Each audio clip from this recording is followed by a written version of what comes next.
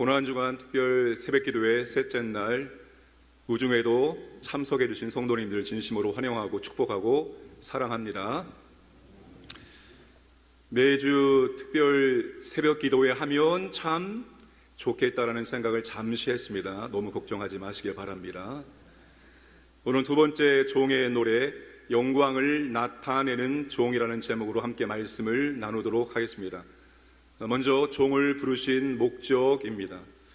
오늘 우리 성경 보시면 소제목이 1절에서 7절까지 되어 있는데 6절까지만 읽었습니다.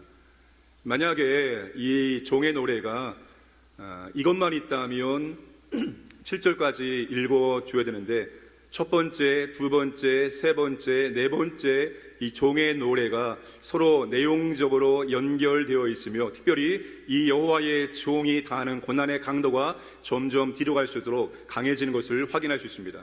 그래서 이 7절이 두 번째 노래에서는 포함되지 않는 것이 더 적절하다 생각해서 읽지 않았습니다. 1절에서 6절까지의 이 말씀은 여호와의 종이 자신의 생애 동안 하나님 앞에 했던 사역을 이 보고하는 형식으로 기록되고 있습니다. 하나님께서 종을 부르신 목적을 3절에서 밝히고 있습니다. 3절 함께 읽겠습니다.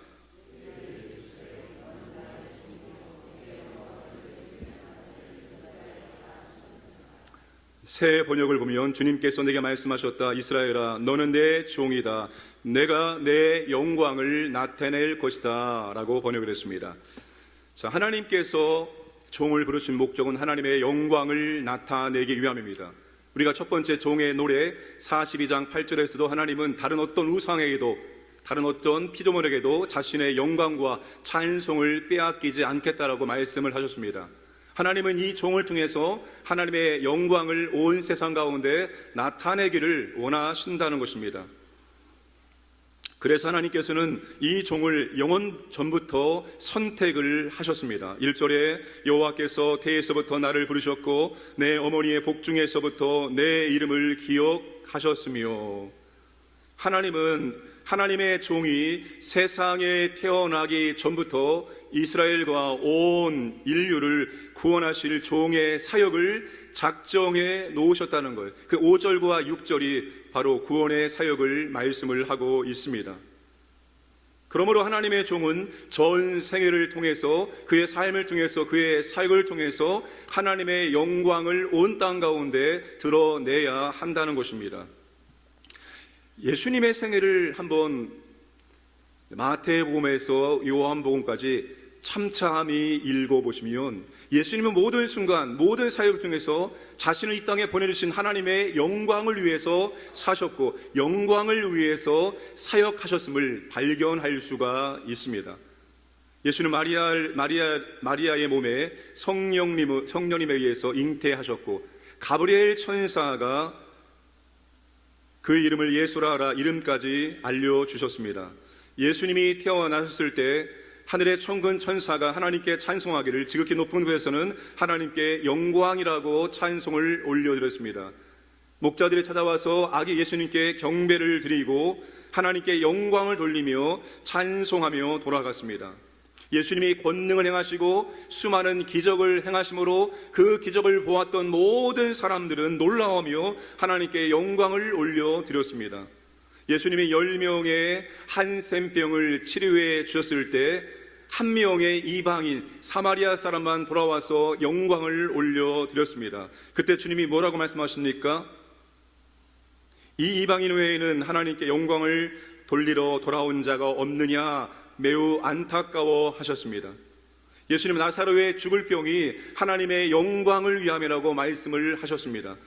예수님은 자신의 영광을 구하지 않고 오직 아버지의 영광을 위해 사셨습니다. 그 예수님, 하나님께 올려드릴 영광의 절정이 예수님의 십자가의 죽으심이었습니다. 요한복음 12장 27절과 28절 말씀을 함께 읽겠습니다. 지금 내 마음이 괴로우니 무슨 말을 하리요. 아버지여 나를 구원하여 이 때를 면하게 하여 주옵소서. 그러나 내가 이를 위하여 이 때에 왔나이다. 아버지여 아버지의 이름을 영광스럽게 하옵소서 하시니 이에 하늘에서 소리가 나서 이르되 28절 보시면 영광스럽게 하였고 또다시 영광스럽게 하리라 하시니. 영광이라는 단어가 무려 3번이나 나오고 있습니다. 아버지의 이름을 영광스럽게 하옵소서. 소리가 나서 이르되, 하늘에서 소리가 나서 이르되, 하나님께서 예수님의 모든 삶과 사역을 통해서 이미 영광스럽게 하였고 또다시 영광스럽게 하리라. 그 십자가가 하나님께 주님은 영광을 올려드리는 절정이라는 것을 말씀해 주고 있습니다. 예수님은 출생부터 십자가에서 죽으시고 부활하시고 승천하시기까지 오직 하나님께 영광을 위해서 사셨습니다. 예수님의 모든 것이 다 하나님께 영광이 되었다는 사실입니다. 하나님, 나를 통해서 영광을 받아 주옵소서. 나를 통하여 하나님의 영광이 나타나기를 원하옵나이다. 이것이 우리의 기도가 되어야 합니다. 하나님, 나의 인생을 통해서, 나의 삶을 통해서, 내가 하는 모든 것을 통해서 하나님의 영광이 나타나기를 원합니다.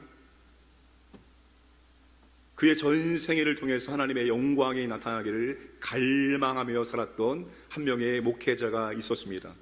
이분은 18세기 미국의 2차 대각서 운동을 주도했던 조나단 에드워즈 목사님이셨습니다. 조나단 에드워즈는 하나님의 영광을 위해서 살고자 70가지 결심문을 작성을 하였습니다. 그가 이 70가지 결심문을 언제 작성했는지는 정확하게 알 수가 없습니다. 그의 일기에 담긴 내용을 추적해보면 1723년 8월 17일 20번째 생일을 맞이할 때 그의 70번째 결심문이 완성이 되었습니다. 그가 결심문을 작성한 시기는 18세쯤 놀라운 회심 사건을 경험한 이후에 얼마 후부터 대략 1년여에 걸쳐서 70가지 결심문을 작성하게 되었습니다. 그의 결심문의 1번은 하나님의 영광을 위하여 살고자 합니다. 나의 전생애 동안 하나님의 영광과 나 자신의 행복과 유익과 기쁨에 최상의 도움이 되는 것이면 무엇인지 하자. 지금 당장이든지 아니면 지금부터 수많은 세월이 지나가든지 간에 시간은 전혀 고려하지 말자. 이것이 하나님의 영광을 위한 일이라면 나는 반드시 내 인생을 통해서 하겠다는 그런 굳건한 의지를 확인할 수가 있습니다.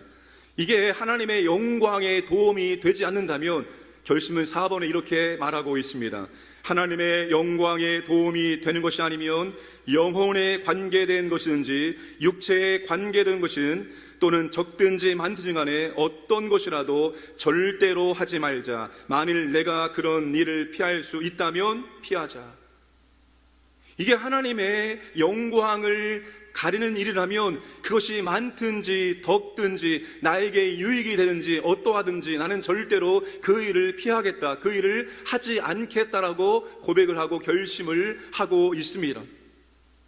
종교개혁의 5대 강령이 있습니다. 오직 성경, 솔라 스크립투라, 오직 예수, 솔루스 크리스토스, 오직 은혜, 솔라 그라티아, 오직 믿음, 솔라 피데, 오직 하나님께 영광, 솔리데오 글로리아. 종교교회의 마지막 결론이 무엇인가 하면 오직 하나님께 영광입니다. 우리가 하는 이 모든 종교개혁의 영광은 하나님께 영광을 올려드리기 위해서 한다는 그런 고백이라고 말할 수가 있습니다. 우리의 삶의 기준이 하나님의 영광입니다. 하나님의 영광. 하나님의 영광을 어떻게 하면 드러낼 수 있을까? 나의 연약한 삶을 통해서, 나의 부족한 삶을 통해서, 하나님이 내게 허락하신 삶의 기간을 통해서 어떻게 하면 하나님께 영광을 올릴 수 있을까? 이것이 오늘 우리의 결단이고 이것이 오늘 우리의 기도가 되어야 됩니다.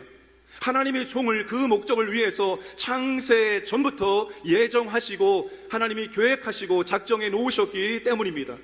그러므로 오늘 우리는 하나님의 영광을 위하여 살자. 하나님의 영광이 우리의 삶의 중요한 목적이 되어야 합니다. 두 번째는 이 종의 영광을 올려드리는 방법입니다. 혹은 종의 직무를 감당해내는 방법입니다. 2절 말씀을 함께 읽겠습니다.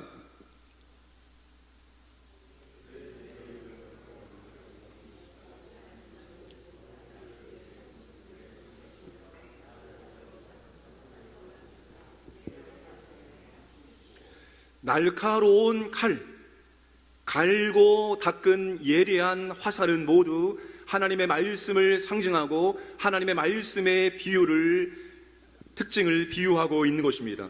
에베소 6장 17절에 성령의 검 곧 하나님의 말씀을 가져라. 히브리서 4장 12절 말씀에 하나님의 말씀은 살아있고 활력이 있어 좌우에 날 수 어떤 검보다도 예리하여 혼과 영과 관절과 골수를 찔러 쪼개기까지 하며 또 마음의 생각과 뜻을 판단하나니.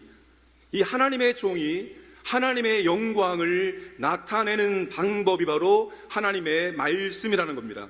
하나님의 종이 이 임무를 수행하는 무기가 하나님의 말씀이라는 것입니다. 세상은 권력으로, 세상은 무력으로, 세상은 다른 것으로 하지만 하나님의 종들은 오직 하나님의 말씀이 무기가 되어서 하나님의 직무를 감당해낼 수 있어야 한다는 것입니다. 예수님은 말씀으로 이 땅에 오셨습니다. 예수님은 그 자체가 하나님의 말씀이셨습니다. 히브리서 1장 1절과 2절 말씀 보시면 옛적에 선지자들을 통하여 여러 부분과 여러 모양으로 우리 조상들에게 말씀하신 하나님이 이 모든 날 마지막에는 아들을 통하여 우리에게 말씀하셨으니, 예수 그리스도 하나님의 아들이 하나님의 마지막 말씀으로 이 땅에 오셨다는 것입니다.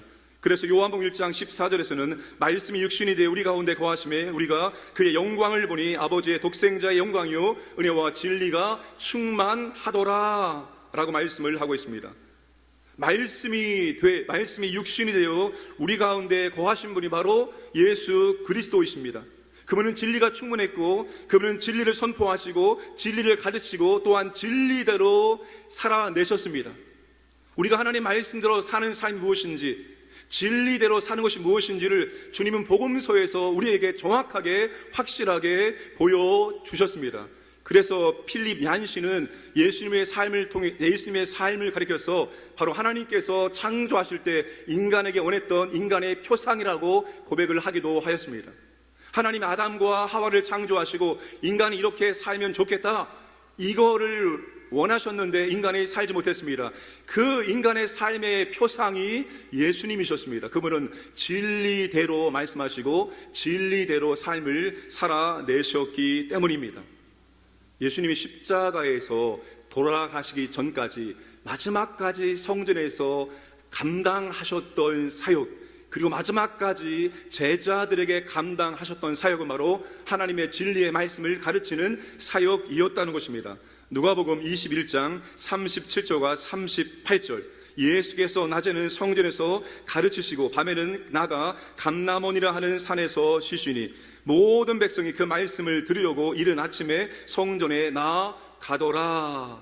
예수님의 성전 사역을 마감하는 요약입니다. 이 이후에는 더 이상 성전 사역이 나오지 않습니다. 주일날 예수님께서 예루살렘에 입성하시고 그리고 월요일날 성전을 정화하시고 예수님께서는 계속해서 성전에서 말씀을 가르치는 사역을 감당하셨습니다.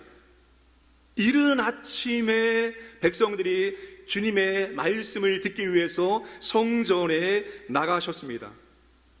마지막 목요일 저녁에는 고별 설교를 통해서 다시 주님은 주님의 마지막 진리를 제자들에게 가르치고 선포해 주셨습니다. 여러분, 이게 주님께서 마지막까지 이 지상에서 했던 사역은 바로 하나님의 말씀을 백성들에게 가르쳐주는 사역이었다는 거예요. 사랑하는 여러분, 하나님께 영광 돌리는 삶이 무엇입니까?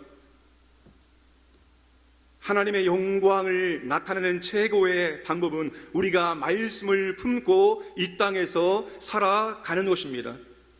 하나님 말씀대로 살아감으로 말씀이 진리, 즉 하나님의 말씀을 드러내는 것이 하나님의 영광을 드러내는 가장 위대한 사역입니다. 하나님의 종은 말씀을 받고 그 말씀을 전하고 그 말씀대로 살아내는 거예요. 우리가 진리가 되어지는 것이죠. 우리의 말이, 우리의 삶이, 우리의 행동이 진리가 되어지는 것, 진리와 일치되어지는 것, 그것이 바로 하나님의 영광을 올려드리는 것입니다. 그래서 하나님께서는 이스라엘 백성들을 광야로 들어가게 하셔서 그 광야에서 철저히 하나님의 말씀의 훈련만 하신 것입니다. 사람이 떡으로만 사는 것이 아니요 여호와의 입에서 나오는 말씀으로 사는 것임을 40년 동안 그들이 광야에서 하나님 말씀으로 살아내는 법을 하나님이 배우게 하신 거예요. 하나님의 말씀으로 세상 가운데서 살아내는 것이 곧 하나님의 영광을 올려드리는 것이기 때문입니다. 사랑하는 여러분, 우리가 이 고난주간을 보내면서 다시 하나님의 말씀 앞에 서고 다시 말씀을 가까이 하고 다시 말씀을 우리의 마음속에 내면화하고 그 말씀대로 생각하고 그 말씀대로 말하고 그 말씀대로 행동할 수 있기를 주님의 이름으로 축복합니다. 그게 바로 우리가 하나님께 영광을 올려드리는 최고의 방법이기 때문입니다. 마지막 세 번째, 종의 사역의 결론입니다. 4절 말씀을 다 함께 읽겠습니다. 그러나 나는 말하기를 내가 헛되이 수고하였으며 무익하게 공연히 내 힘을 다하였도다.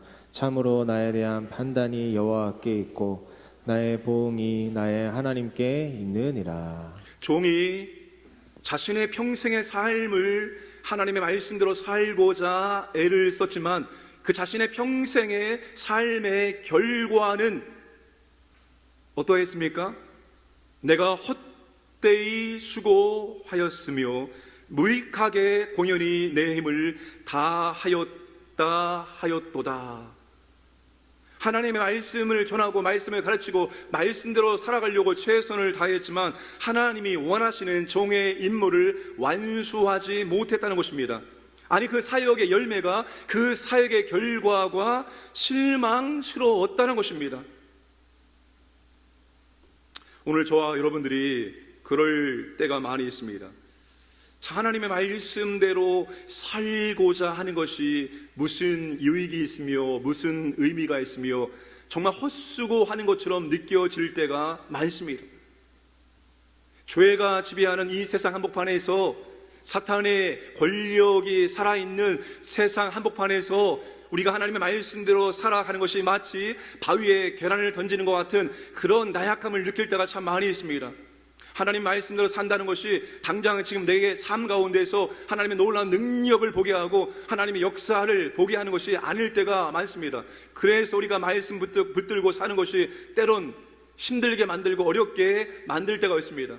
뭔가 대단한 열매와 결과가 나타나지 않을 때 우리가 낙심하고 실망할 수도 있습니다. 그러나 하나님은 우리의 모든 수고를 절대로 낭비라고 말씀하지 않는다는 것입니다. 6절에 가시면 하나님께서 그런 말씀을 하고 있습니다. 너는 너의 모든 사역이 수고인 것처럼 아무런 열매가 없는 것처럼 보여지고 느껴지지만 나는 너의 그 수고를 통해서 반드시 역사해 주겠다는 거예요. 너의 그 수고가 결국은 이러한 일들을 이루어내겠다고 하나님께서 말씀을 하고 계십니다. 그러므로 저와 여러분들은 오늘 당장 말씀대로 살았다고 해서 하나님의 위대한 일들이 나타나지 않고 정말 허비하는 것처럼 낭비하는 것처럼 느껴질지라도 우리는 여전히 그 말씀대로 살아가는 삶을 포기해서는 안 된다는 것입니다. 하나님 우리에게 위대한 일들을 원하시는 것이 아니라 하나님 우리에게 충성됨을 원하시기 때문입니다. 테레사 수녀가 인도의 캘커타에서 그 고아들, 버려진 아이들을 모아서 많은 기업들의 후원을 받아서 그 고아원을 운영하며 아이들을 보살폈습니다. 그가 노벨상을 탈 때 아주 짓궂은 기자가 그렇게 얄미운 질문을 합니다.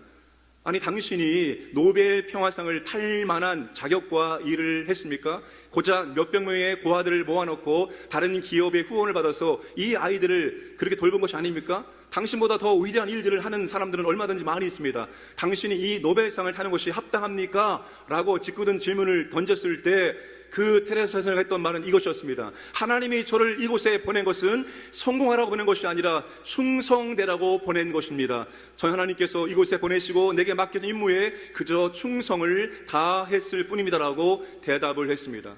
오늘 하나님께서 우리에게 원하시는 것이 바로 그것입니다. 우리에게 위대한 일들을 만들어내라고 말씀하지 않습니다. 그 위대한 일들은 우리가 하는 것이 아니라 하나님께서 하시기 때문입니다. 다만 하나님께서는 우리에게 우리가 있는 그 자리에서 우리가 해야 될 일들을 그저 성실하게 하나님의 말씀 붙들고 말씀대로 살아내려고 발버둥 치면 되는 것입니다. 하나님은 우리에게 그런 충성됨을, 그런 성실함을 보기를 원하시는 것입니다. 오늘도 우리의 삶 현장에서 하나님 말씀대로 살아내려고 하나님 말씀이 진리임을 내 삶을 통해서 입증해서 하나님의 영광을 드러내고자 하는 갈망과 그런 결심으로 하루를 살아내시기를 주님의 이름으로 축복합니다.